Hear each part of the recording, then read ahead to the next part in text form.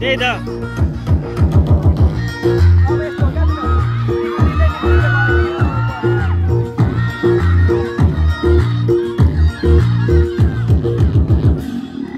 सोह्रमा घुम्न जाउँ सिन्धुली माडी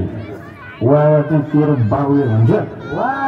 सोह्रमा घुम्न जाउँ सिन्धुली माडी ठुलो पनि टेकेको चिप्लेर पुग्यो सिन्धुको झाडी भने पुगेर मर्नु भएको छ आफूलाई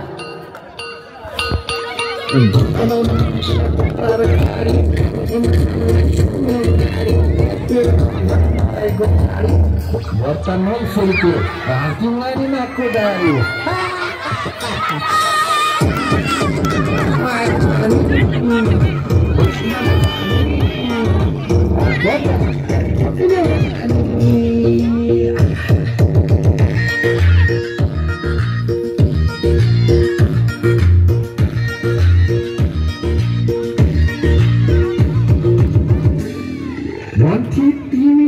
मेरो राजा मै हो तिम्रो रानी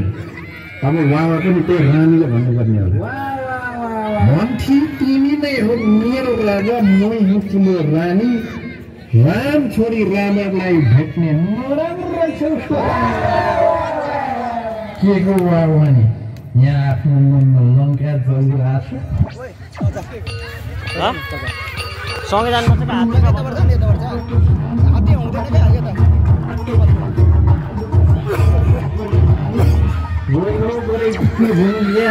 मेरो जिन्दगानी